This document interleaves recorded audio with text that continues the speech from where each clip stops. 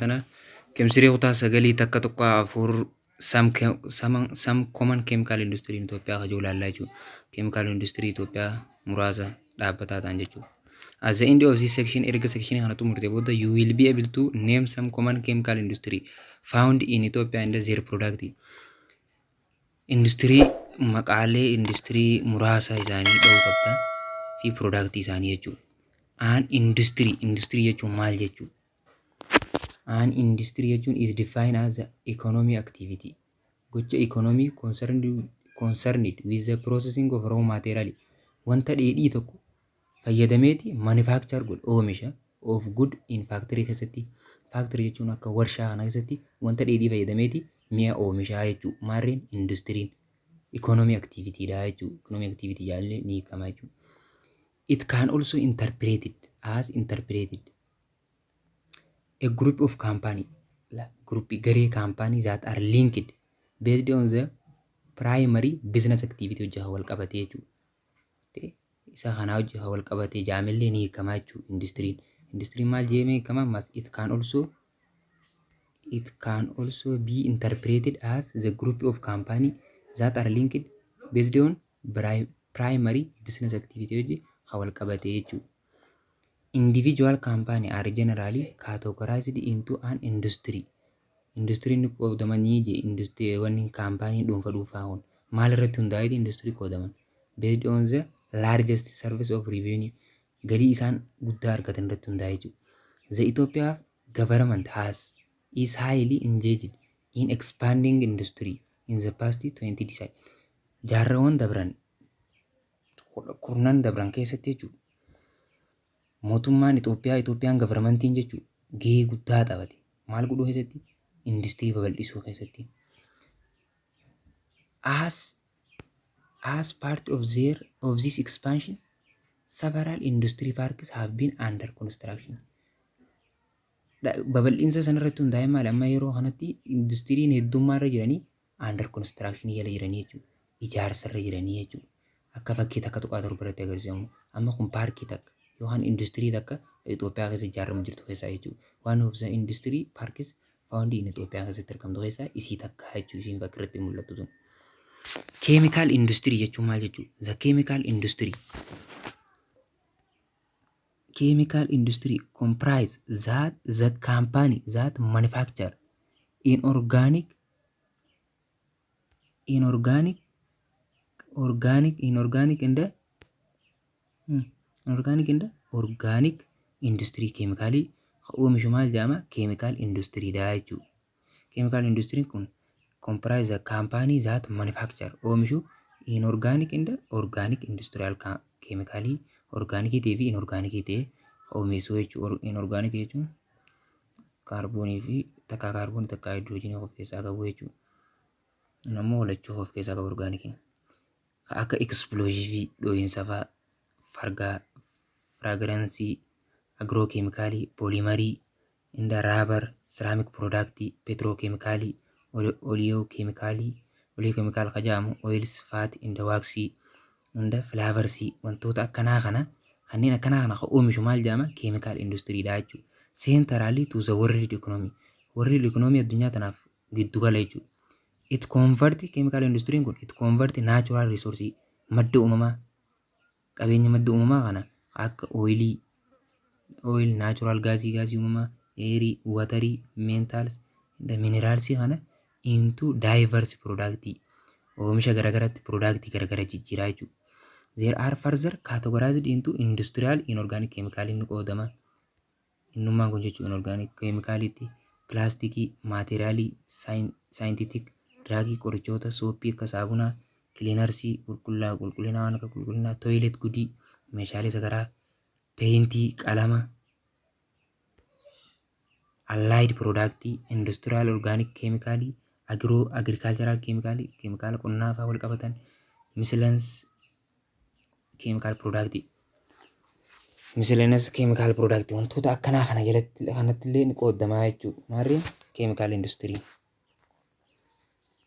Chemical product jennuun kun ammoo means maal jechuudha? Product manufacture jechuudha. Oomisha product tokkooti jechuudha.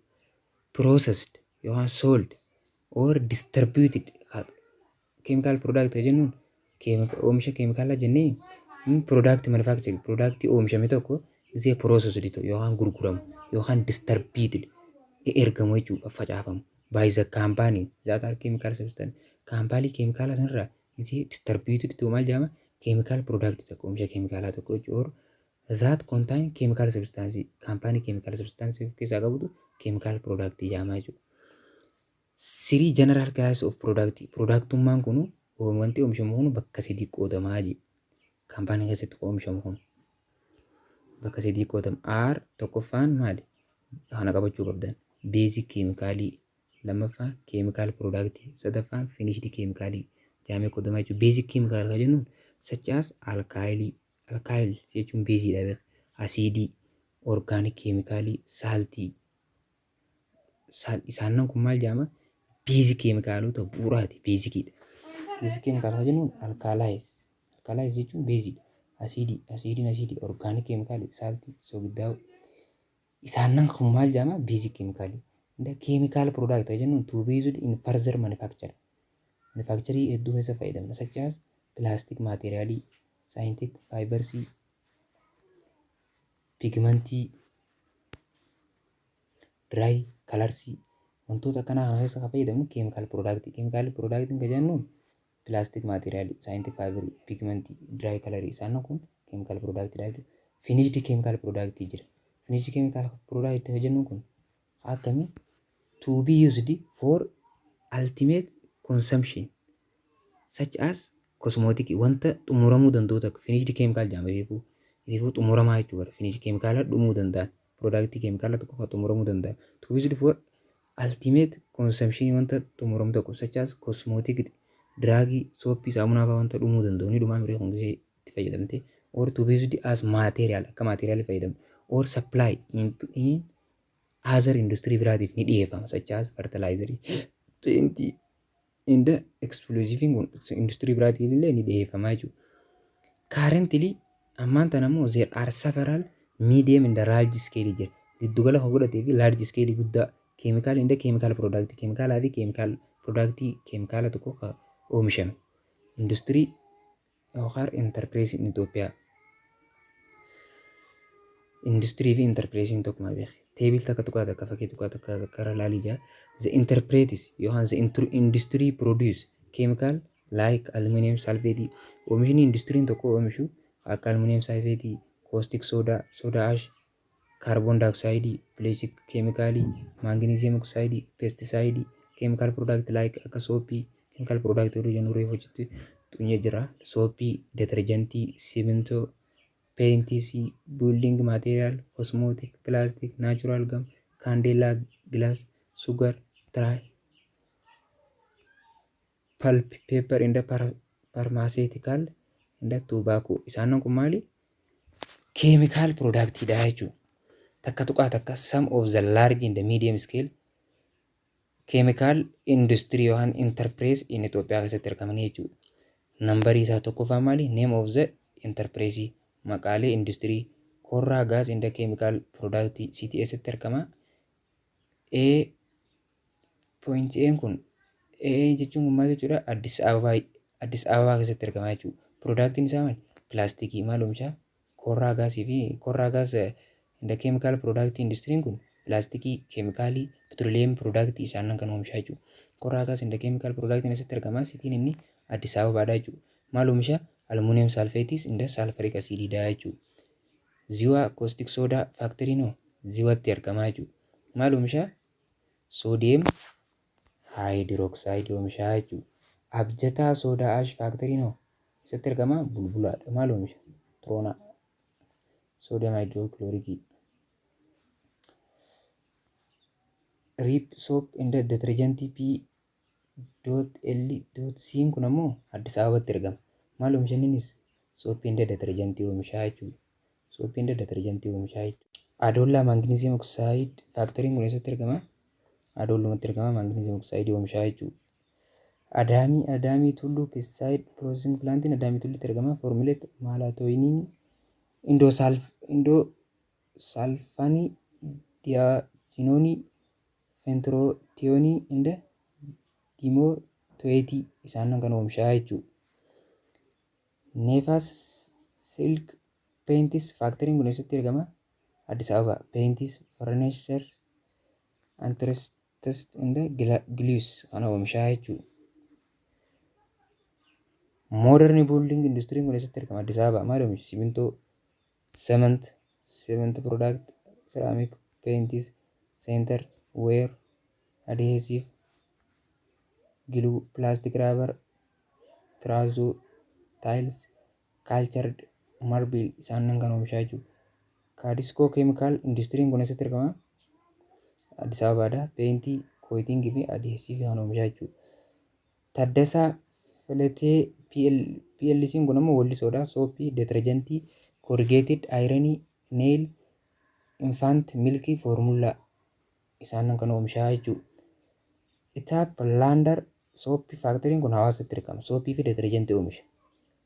Geet Isheet deterjentii manufacturing packing P.L.C kun ammoo Bishooftutti argama. Deterjentii productii fi leather chemical input kan oomishaa jechuudha. Itoo Eeshiyaa Industiriin kun ammoo Addis Ababatti argama. Soppii fi deterjentii oomisha. Kosmootiksiin Shaggar Siitiitti argama. Kosmootikii fi parfeemii inni oomishu. Makaba PLC Kosmootiksiin Addis Ababaadha. Hair oil, shampoo, conditionery, body oil, vaseline, body lotion, deterjentii fi plastic molding isaan kan oomishaa jechuudha. Beekas Chemical PLC kun ammoo Addis Ababatti argama. Deterjentii, cosmetic product, plastic packing material industry, surfactants and beauty kan oomishaa jechuudha. Arbaamanchi Textile Share Kaampaaniin Arbaamanchitti argama. Textaayilii fi faabriik product oomisha. Tiyaamoko Soopii faaktarii ammoo Burraayyuutti argama. Soopii fi deterjentii oomishaa jechuudha. Noot A.N kun stand maaliif dhaabbata? For Addis Ababaaf dhaabbata jechuudha. Other chemical product industry Itoophiyaa keessatti simintoo, mukayir, diradawaa, mosoboo, darba, midorik, dangote, sugariin ammoo mataara, wancii, fincee, homookruuzii, paper in the pulpiin ammoo wanciitti argama. Farmaasiitii Addis Ababa, Addigaarat, taayiriin kun horzeewiin Addis taayiriitti argama jechuudha. Okay, student har'aaf nu ga'a. Barannoo itti aanuun hanga walitti deebinutti boqonnaan kun asirra dhaabbata. Komantii yoo qabaattan komantii godhaa yaada keessan meeshiin godhaadhaa jechuudha komantii jalatti. Thank you.